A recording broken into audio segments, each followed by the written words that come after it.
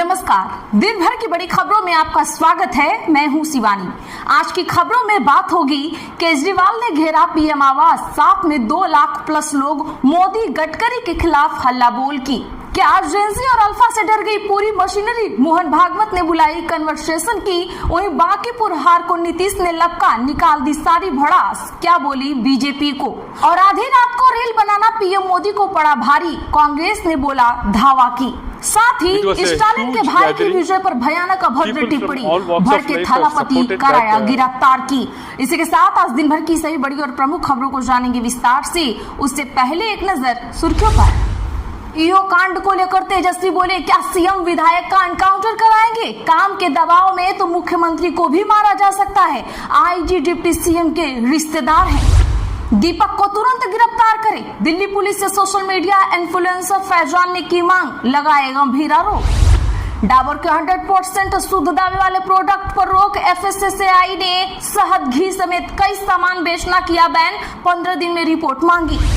सियासत से मोह भंग, सुभाष चंद्र बोस के परपौत्र चंद्र कुमार बोस ने टीएमसी छोड़ी, भाजपा और तृणमूल पर जानिए क्या बोले।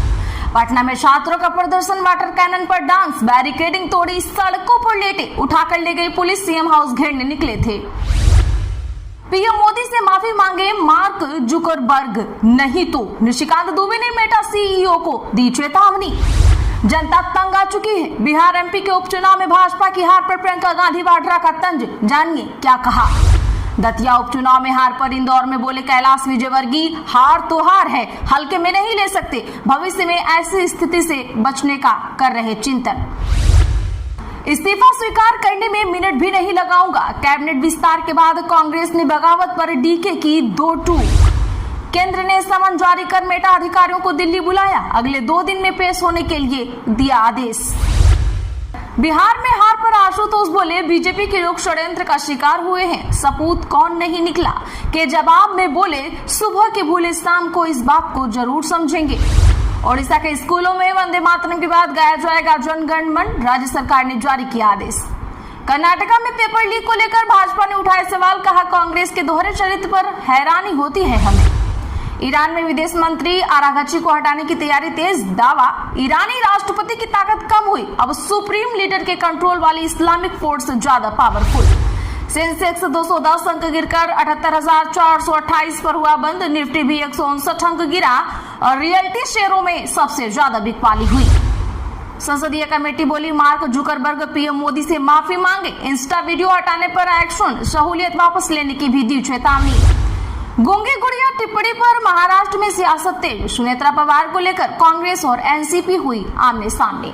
चलिए जानते हैं अब खबरें विस्तार से, उससे पहले वीडियो को लाइक जरूर करिए। क्या विदेशी दबाव में आकर मोदी सरकार देश की आम जनता की गाड़ियों की इंजन बर्बाद कर रही है? E20 फ्यूल के नाम पर देश में जो खेल चल रहा है, आज उसके खिलाफ आम आदमी पार्टी ने सीधे प्रधानमंत्री आवास पर प्रचंड हल्ला बोल दिया है।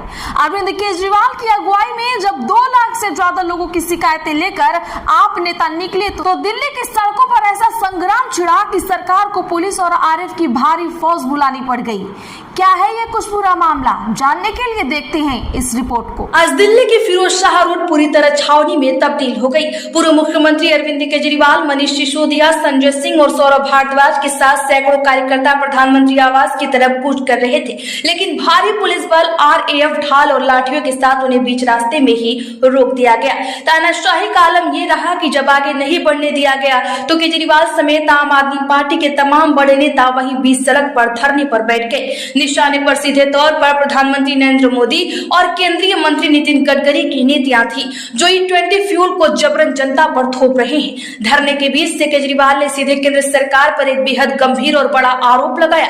उन्होंने कहा, डोनाल्ड ट्रंप के दबाव में मोदी सरकार अमेरिका से एथेनॉल खरीद रही है। अमेरिका दुनिया में सबसे ज्यादा एथेनॉल बनाता है और अब वो अपना कचरा खरीद कर भारत के 30 लाख गाड़ियों पर थोप रहा है। आम आदमी पार्टी का दावा है, इस जबरन थोपी गई E20 नीति से आम आदमी की गाड़ियां खराब हो रही हैं और इसके खिलाफ साथ उन्होंने देश भर से 2,30,000 से ज्यादा लोगों की साइन की हुई चिट्ठियां जुटाई हैं। आप सांसद संजय सिंह ने खुलासा किया है कि प्रधानमंत्री मोदी से इस मुद्दे पर चर्चा के लिए 1 महीने पहले ही समय मांगा गया था, लेकिन वहां से कोई जवाब नहीं आया।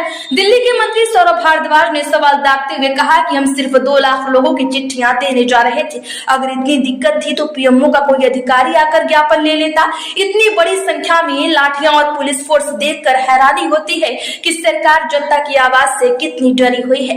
केजरीवाल ने अपनी मांगे साफ कर दी। पेट्रोल पंपों पर जनता को शुद्ध पेट्रोल और E20 दोनों के विकल्प मिलने चाहिए और E20 की कीमतें घटाई जानी चाहिए। उन्होंने चेतावनी देते हुए कहा कि अगर ये जबरन थोपा गया, अमेरिका का कचरा नहीं रोका गया तो देश में नीट से भी बड़ा आंदोलन खड़ा किया जाएगा। उधर बैकफुट पर आई बीजेपी की तरफ से दिल्ली अध्यक्ष हर्ष मल्होत्रा ने लीपापोती करते हुए इसे अराजकता की राजनीति करार दिया और केजरीवाल पर विक्टिम कार्ड खेलने का आरोप लगाया है।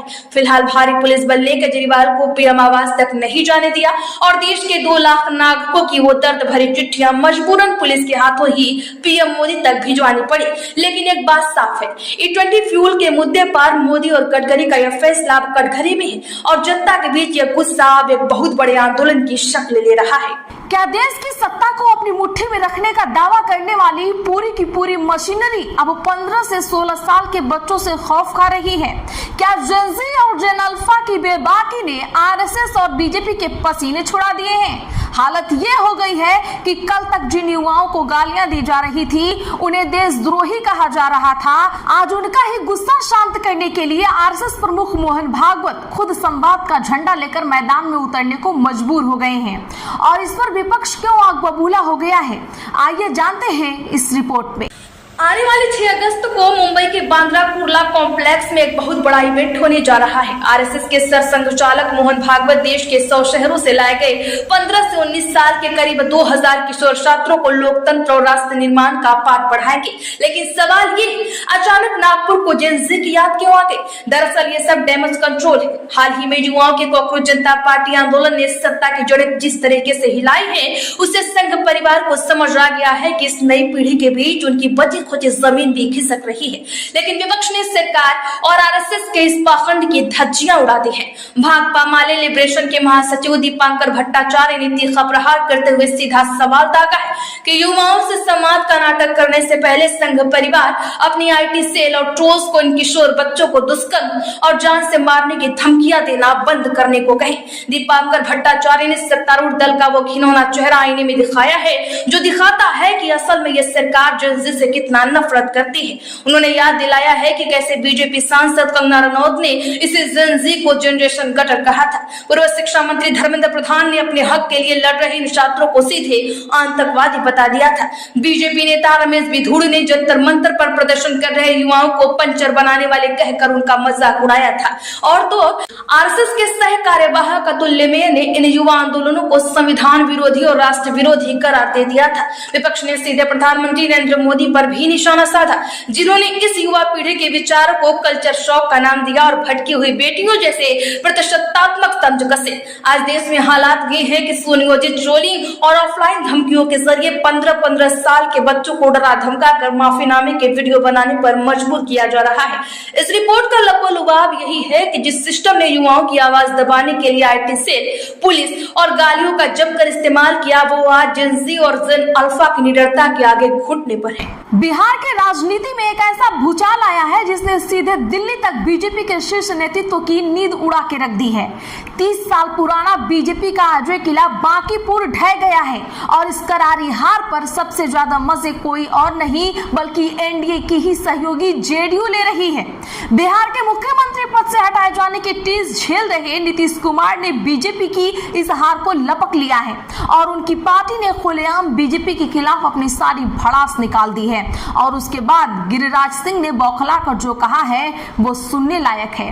क्या है ये मामला, देखिए इस रिपोर्ट में। पटना के बांकीपुर की यह हार बीजेपी के लिए इसलिए भी बड़ी बेइज्जती है क्योंकि बांकीपुर पिछले 30 सालों से बीजेपी का अभेद्य किला रहा है और यह सीट खुद बीजेपी के राष्ट्रीय अध्यक्ष नितिन नवीन की थी। बीजेपी की इस हार के तुरंत बाद जेडीयू ने अपने जख्मों का हिसाब लेना शुरू कर दिया है। एक तरफ नीतीश कुमार ने दिल्ली में संसद भवन में सीधे पीएम मोदी से मुलाकात की। वहीं पटना में उनके करीबियों ने बीजेपी के खिलाफ मोर्चा खोल दिया। जेडीयू विधायक और बाहुबली नेता अनंत सिंह ने बीजेपी नेतृत्व को सीधे कटघरे में खड़ा करते हुए कहा, अगर नीतीश कुमार आज मुख्यमंत्री होते तो बांकीपुर में यह हार बिल्कुल नहीं होती। अनंत सिंह ने बीजेपी को आईना दिखाते हुए कहा कि जनता के बीच ये संदेश गया है कि नीतीश कुमार को जबरन पद से हटाया गया है। जनता गुस्से में है कि वोट किसके नाम पर लिया था और मुख्यमंत्री किसी और को बना दिया। उन्होंने साफ चेतावनी दी कि अब जहां भी चुनाव होंगे बीजेपी का यही हश्र होगा। जेडीयू के एक और नेता श्याम रजक ने भी तंज कसते हुए कहा कि बीजेपी के चुनाव प्रबंधन में भारी कमी थी, जिसकी उन्होंने गंभीर समीक्षा करनी चाहिए। जेडीयू के इन सीधे और तीखे हमलों से बौखलाए केंद्रीय मंत्री गिरिराज सिंह को बचाव में उतरना पड़ा। उन्होंने पलटवार करते हुए कहा कि हम परिणाम स्वीकार करते हैं, लेकिन इससे किसी को बहुत खुश होने की जरूरत नहीं है। नीतीश बाबू के समय में भी हम चुनाव हारे थे। इस आपसी लड़ाई में तेजस्वी यादव ने भी घी डालने का काम किया है। उन्होंने कहा कि बीजेपी तो विधायक और एमएलसी दोनों चुनाव हार गई।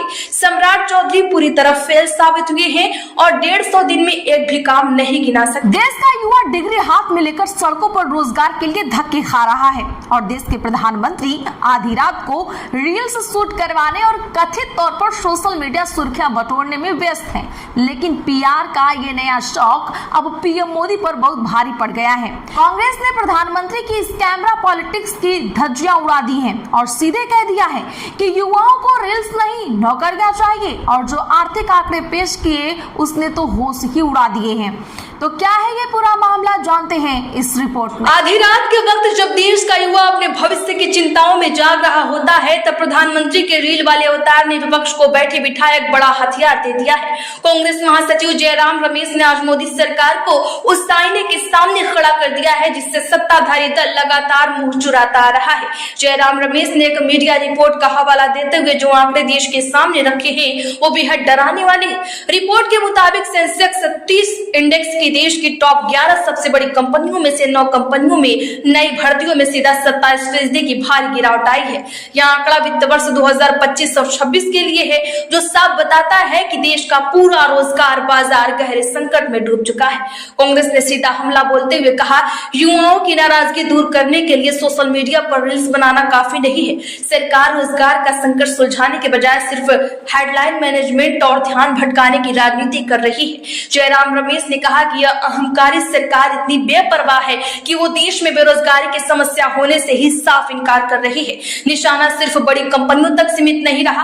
कांग्रेस ने सीधा प्रहार करते हुए कहा कि जब देश की शीर्ष कंपनियों का ये हाल है तो जरा सोचिए छोटे और मझोले उद्योग यानी एमएसएमई सेक्टर की हालत कितनी खस्ता होगी। मोदी सरकार की पूंजीपत परस्त यानी हम दो हमारे दो की नीतियों ने छोटे उद्योगों की कमर तोड़कर रखती है, जो असल में देश में सबसे ज्यादा रोजगार पैदा करते हैं। तमिलनाडु की राजनीति में आज एक ऐसा सियासी भूचाल आया है जिसने पूरे देश का ध्यान खींच लिया है। सत्ता की कुर्सी पर बैठे मुख्यमंत्री और साउथ के सुपरस्टार थलपति विजय अपनी करीबी दोस्त और मशहूर एक्ट्रेस त्रिशा कृष्णन के अपमान पर बुरी तरीके से भड़क गए हैं। इसका नतीजा ये हुआ है कि राज्य के नेता प्रतिपक्ष और डीएमके के दिग्गज नेता उदयनिधि, जिसको थलपति ने सीधे गिरफ्तार करवा लिया है। आखिर कौन है ये त्रिशा जिसके अपमान पर थलपति इतने लाल हो गए हैं? आइए जानते हैं इस रिपोर्ट में। दरअसल ये पूरा बवाल सोमवार को तंजावुर में कावेरी जल विवाद पर हो रही एक रैली से शुरू हुआ। रैली के बीच भीड़ ने अचानक त्रिशा के नारे लगाने शुरू कर दिए। आरोप है कि भीड़ को सुनकर उदयनिधि स्टालिन ने सरेआम एक बेहद भद्दी और आपत्तिजनक टिप्पणी करते हुए कहा, पानी कहीं और पहुंचे या ना पहुंचे वहां जरूर पहुंचना चाहिए। हालांकि बाद में डैमेज कंट्रोल करते हुए उदयनिधि ने सफाई दी कि ये उनका इशारा कावेरी की पानी की तरफ था और उन्होंने किसी महिला का नाम नहीं लिया। लेकिन उनके इस दोहरे अर्थ वाले बयान ने मुख्यमंत्री थलपति विजय और उनकी पार्टी टीवी के तमिझागा वेत्री कड़गम को आग बबूला कर दिया है। टिप्पणी के तुरंत बाद चेन्नई पुलिस एक्शन में आई और मंगलवार को उदयनिधि स्टालिन के घर भारी पुलिस बल पहुंच गया। समर्थकों की धक्का मुक्की और हंगामे के बीच पुलिस ने उन्हें गिरफ्तार कर लिया है। उदयनिधि के खिलाफ महिला की गरिमा का अपमान करने, वैमनस्य फैलाने और आईटी एक्ट की धारा 67 सहित कुल 6 गंभीर धाराओं में एफआईआर दर्ज कर ली गई है। हालांकि मद्रास हाईकोर्ट ने आदेश दिया है कि सरकार उन्हें रिमांड पर न भेजे और पूछताछ के बाद आज ही स्टेशन बेल पर रिहा कर दे। इस गिरफ्तारी के पीछे का सियासी पारा इसलिए भी हाई है क्योंकि एक्ट्रेस त्रिशा और सीएम थलपति विजय के करीबी रिश्ते हमेशा चर्चा में रहे हैं। अभी हाल ही में 4 मई को जब विजय की पार्टी ने विधानसभा में 108 सीटें जीतकर इतिहास रचा था, तब त्रिशा खास तौर पर उन्हें घर बधाई देने और उनके शपथ ग्रहण समारोह में शामिल हुई थी। विजय की पार्टी के नेताओं ने उदयनिधि पर तीखा हमला बोलते हुए उन्हें अश्लील निधि करार दिया है। वहीं बीजेपी ने भी सार्वजनिक माफी मांग की है। दूसरी तरफ बचाव में उतरी डीएमके इसे राजनीतिक बदला बता रही है और चेन्नई की सड़कों पर डीएमके कार्यकर्ताओं ने पुलिस की इस कार्यवाही के खिलाफ भारी प्रदर्शन किया है। जब कोई युवा बेखौफ होकर सिस्टम से सवाल पूछता है और सरकार को झुकने पर मजबूर कर देता है तो उस आवाज को दबाने की कोशिशें कैसे शुरू होती हैं, इसका ताजा उदाहरण सीजेपी के संस्थापक अभिजीत दीपके के मामले में देखने को मिल रहा है। नीट पीड़ितों के लिए 37 दिनों तक जंतर मंतर पर डटे रहने वाले दीपके अब अचानक विरोधियों और कुछ सोशल मीडिया इन्फ्लुएंसर के निशाने पर आ गए हैं। क्या कुछ है ये पूरा मामला, जानते हैं इस रिपोर्ट में। दिल्ली में कोको जनता पार्टी के संस्थापक अभिजीत दीपके की मुश्किलें अचानक बढ़ गई हैं। Social media influencer Faizan Ansari ने दिल्ली पुलिस के डीसीपी को एक लिखित शिकायत सौंपकर अभिजीत दीपके को तुरंत गिरफ्तार करने की मांग की है। फैजान का सीधा आरोप है कि दीपके के इशारे पर उनके गुर्गों ने उन पर पुणे और औरंगाबाद में हमला किया था। फैजान ने दावा किया है, मेरे पास इस बात के पुख्ता सबूत है कि उनके लोगों ने मुझ पर वार किया था, जिसके संबंध में पहले से ही 2 मामले दर्ज है। मैं चाहता हूँ कि दिल्ली पुलिस तुरंत दीपकों को गिरफ्तार करे। इसके साथ ही फैजान ने सोनम वांगचुक को हिरासत में लेने के लिए दिल्ली पुलिस और मुख्यमंत्री की तारीफ करते हुए कहा, इससे दिल्ली का माहौल खराब होने से बच गया और आरोप लगाया गया कि दीपके जो कुछ भी कर रहे हैं वह सिर्फ अपने निजी फायदे के लिए कर रहे हैं। मामला सिर्फ मारपीट और आरोपों तक सीमित नहीं है, बल्कि अब इसमें विदेशी फंडिंग और काले धन की जांच की मांग करके कथित तौर पर फंसाने की कोशिश की जा रही है। सूरत के एक आईटीआई कार्यकर्ता अमित तिवारी ने अभिजीत दीपके के पिता भगवान राव दीपके की आय पर गंभीर सवाल उठाए थे कि महज एक जेई के वेतन से एक पिता अपने बेटे की अमेरिका में उच्च शिक्षा का भारी भरकम खर्च कैसे उठा सकता है, जिस पर अभिजीत दीपके ने करारा जवाब दिया था। आस्था के नाम पर वोट बटोरे गए, सत्ता हासिल की गई, लेकिन जब उसी भगवान राम के नाम पर आए चढ़ावे और चंदे की चोरी पकड़ी गई तो पूरी सरकार मौन हो गई। संसद के मानसून सत्र में आज राम मंदिर चंदा चोरी के मुद्दे पर ऐसा भूचाल आया कि मोदी सरकार को बचाव का कोई रास्ता नहीं मिला और संसद को स्थगित कर भागना पड़ गया। एक तरफ विपक्ष का सीधा सवाल था कि हर बात पर विपक्ष के घर पहुंचने वाली आपकी ईडी और सीबीआई आज कहां छिपकर बैठी है, तो वहीं दूसरी तरफ बैकफुट पर आई बीजेपी पुरानी स्क्रिप्ट पढ़ते हुए विपक्ष को ही राम विरोधी बताने में लगी। क्या है ये मामला, जानते हैं इस रिपोर्ट में। आज संसद के 12वें दिन की कार्यवाही सरकार के लिए किसी बुरे सपने से कम नहीं थी। आलम यह था कि सुबह 11 बजे शुरू हुई लोकसभा महज 3 मिनट, फिर दोबारा 2 बजे शुरू होने पर सिर्फ 16 मिनट ही चल पाई। शोर शराबे और भारी हंगामे के बीच वित्त मंत्री निर्मला सीतारमण ने टैक्स संशोधन बिल पेश किया और उसके बाद लोकसभा की कार्यवाही कल तक के लिए स्थगित कर दी गई। राज्यसभा का भी यही हाल रहा, जहां दिन में बार बार कार्यवाही रोकनी पड़ी। सदन के बाहर नजारा और भी आक्रामक था। समाजवादी पार्टी की सांसद डिंपल यादव समेत सपा के तमाम नेता हाथ में दान पेटी लेकर संसद परिसर में प्रदर्शन करते हुए नजर आए। वहीं कांग्रेस, राजद और पूरे विपक्ष ने इस महाघोटाले पर सरकार को घेर लिया। राज्यसभा में विपक्ष के नेता खड़गे ने सीधे प्रधानमंत्री मोदी को कटघरे में खड़ा कर दिया। उन्होंने तल्ख लहजे में कहा, राम जन्मभूमि तीर्थ क्षेत्र ट्रस्ट खुद केंद्र सरकार ने बनाया था। 70 एकड़ से ज्यादा जमीन सरकार ने सौंपी। पीएम मोदी खुद राम मंदिर के हर आयोजन में सबसे आगे रहे। तो अब जब ट्रस्ट पर कैश, चढ़ावा, गहने और जमीन से जुड़े इतने गंभीर आरोप लग रहे हैं तो ईडी, सीबीआई और केंद्रीय एजेंसियां कहां सो रही हैं? सरकार को सदन में इसका जवाब देना ही होगा। बुरी तरह घिरी सरकार के बचाव में संसदीय कार्य मंत्री किरेन रिजिजू उतरे, लेकिन बिना किसी तथ्य के। रिजिजू ने खड़गे के सवालों का सीधा जवाब देने के बजाय विपक्ष पर ही हमला बोलते हुए कहा, विपक्ष घड़ियाली आंसू बहा रहा है।